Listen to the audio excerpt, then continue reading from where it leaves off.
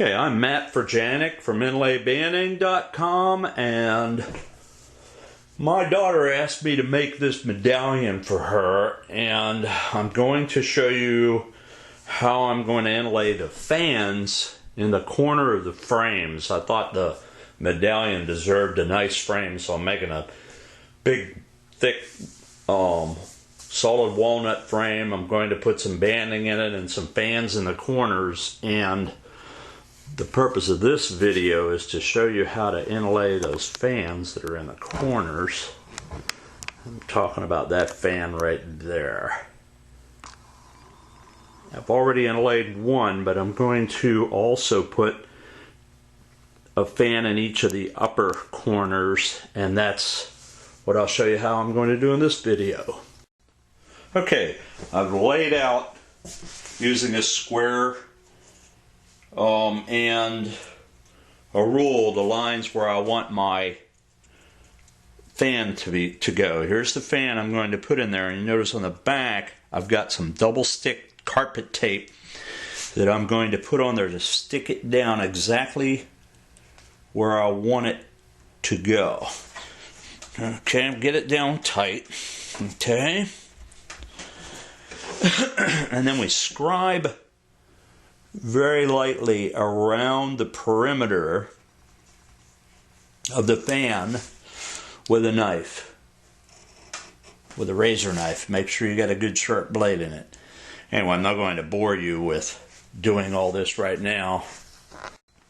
Okay, I've scribed all the way around the perimeter very lightly, did a couple passes with the knife, and just wanted to get the outline of it. I don't want to scribe too deeply, and I'm going to carefully remove the fan, trying not to break it. Well, I did, but that's okay. We'll fix that. Get the fan off of the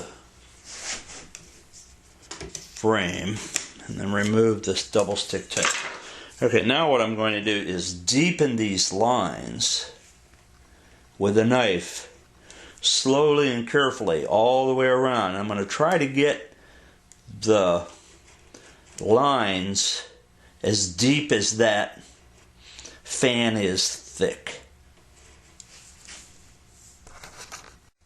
Okay, what I'm going to do is, using my small router, I'm just hogging out material from one of the fans going to be. I'm going to go real close to the line.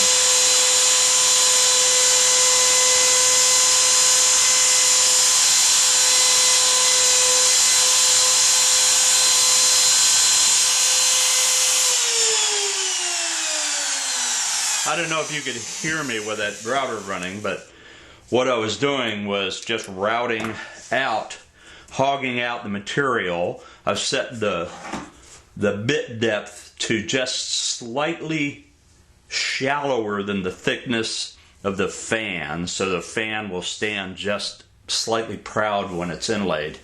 But I'm going to hog out the material. I'm going to get a little closer to the line, maybe about a 32nd of an inch away, and hog out all this material where the fan will be inlaid. Okay, maybe a little difficult to see, but I've hogged out all that material and left just a little bit. I've gotten close to the line, but as you'll notice now, I'm using a small chisel, and I'm chiseling perpendicular to that line, and the chisel will hit that. Use a smaller chisel, that spot, and it'll stop. Sometimes it's a little tight to get in there. Anyway, I'm going to continue chiseling out all this material.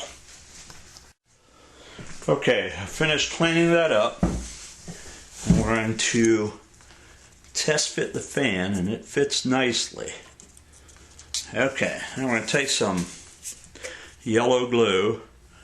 I'm just using just regular Titebond wood glue. Get plenty of glue in there, especially in the corners. Okay. Put it in there. Piece of wax paper to keep the glue from sticking to the caul. And also, since the stringing on the fan is a bit thicker than the fan, so it sticks up a little bit more. In order to get my clamp on there tightly, I'm going to put a piece of felt over the wax paper, and that will take up any variation in the thickness of the components of the fan. And we'll clamp that and let it dry. Okay, I've removed the caul. The glue's pretty dry. Now I'm going to sand it off.